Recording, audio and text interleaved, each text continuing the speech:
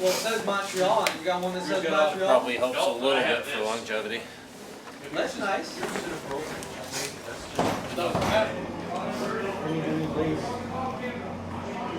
Yeah, you're... You basically just took this back out, but I took out that part and just made it. So you guys should practice it once, and we're going to be performing in 30 seconds.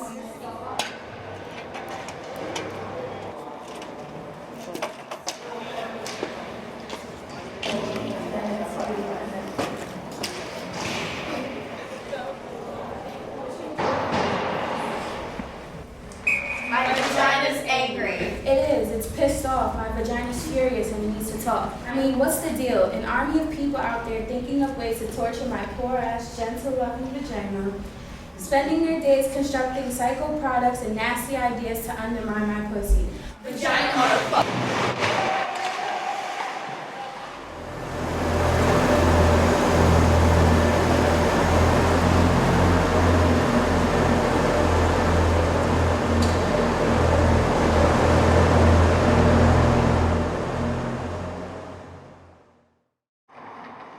What's it like when you first step out onto the ice? It depends on what the ice is and where it is. The skate that I'm in right now on Wednesdays has become a really scary place. So I step out on the ice and my whole body tenses up. And my priority is, am I going to get out of this in one piece, basically?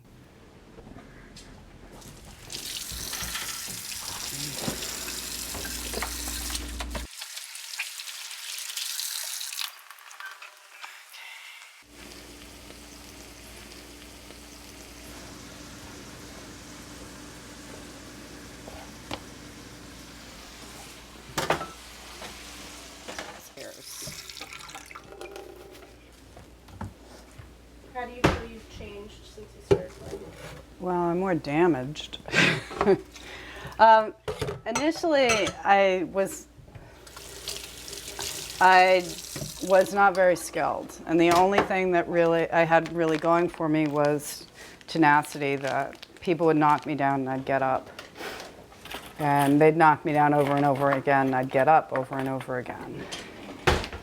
The great thing about this is the wood stove gets everything really dry. But the not so good thing is if it smokes, my equipment gets totally impregnated with smoke, and then when I sweat, it smells like barbecue. So I'll be sitting on the bench and people around me are like, boy, I'm hungry. What's your typical meal for before? Ideally, it's some sort of protein. And if I'm planning well, then I can have like a handful of chicken or something. Okay, now some sticks are in there. Mr. Dexter. Time up. It's coming. There's a very skilled player, and he wasn't pleased about having a woman skating. And this is actually in the Saturday League. And whenever he would get near me, he would knock me over. So I would just get knocked over and over again. And it got a little old. I wasn't going to let it discourage me, but I felt like I was definitely being targeted because I was a woman. So one day I'm guarding the goal and he's right there, and I take the edge of my stick and I just tap him right up high in the thigh, sort of right near where his cup is. And I don't hurt him, but he can feel it. There's a little sting there. And he just turned around and looked at me, and I just looked back at him. And the message was, yes, I'm a small person and I'm a female person, but I'm carrying a hockey stick and you're wearing a cup.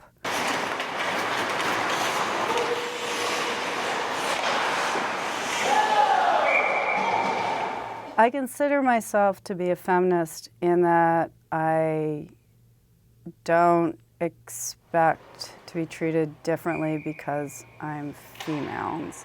When I look at people, I say, this is a person who is raised as a particular gender, so I'm going to interpret what they say and do through my understanding of what they were taught to be.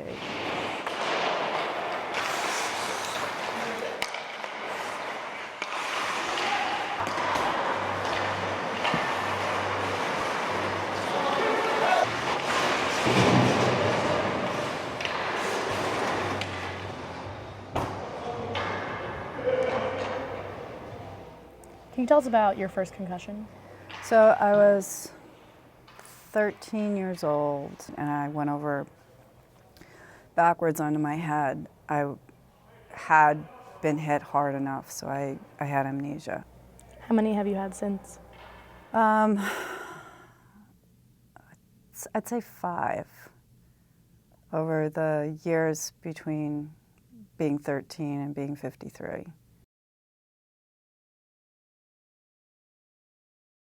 And then I had the bad one where I was tripped right in front of the goal and fell into a slap shot that was being delivered by a guy who was 27 years old, was 6'4", who's a roofer by trade. And he hit my head so hard that my entire body rotated. I was supposed to play with the women's team the next day. I canceled that. I canceled my Monday skate and did a light skate on Wednesday. So I thought that was being fairly reasonable, you know. But I ended up going to post-concussion syndrome and spent 11 months kind of in a haze. I'd go on crying jags that would last for 12 hours. I would start crying, something would set me off, I would start crying, and I would continue to cry even while I was asleep. You know, so it was obviously something was very wrong with my brain.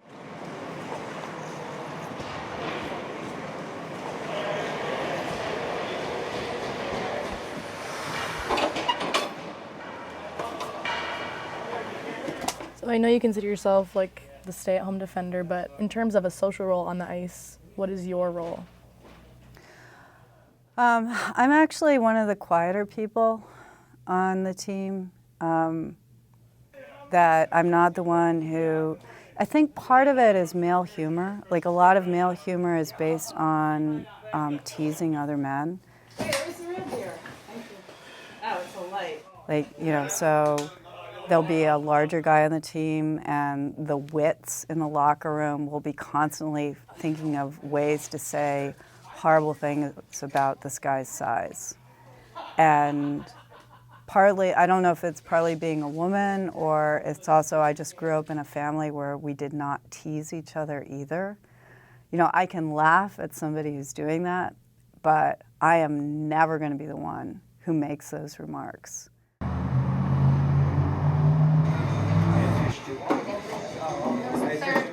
What are the guys like? They're just an incredible mix, a cross-section of, I guess, like all the men in the world. Looks like the Last Supper, doesn't it? There are some who come with very enlightened ideas about women. There are some who come with very old-fashioned ideas. You don't see my right hand, you know where it's at. We've got really highly educated people. We've got really uneducated people. You're affirmative action check marks. Hey, we're a tight group. Everybody has that special. We're a tight group. We don't see each other all the time, but we're a tight group. We care about what's happening.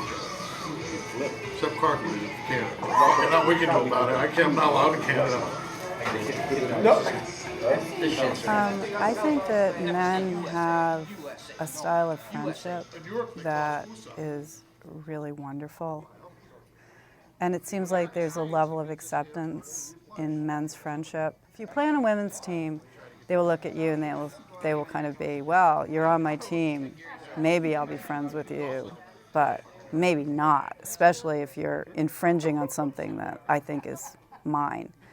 Whereas men look at you and you're on their team and therefore you are their friend. We should have been taking them for rides all week long.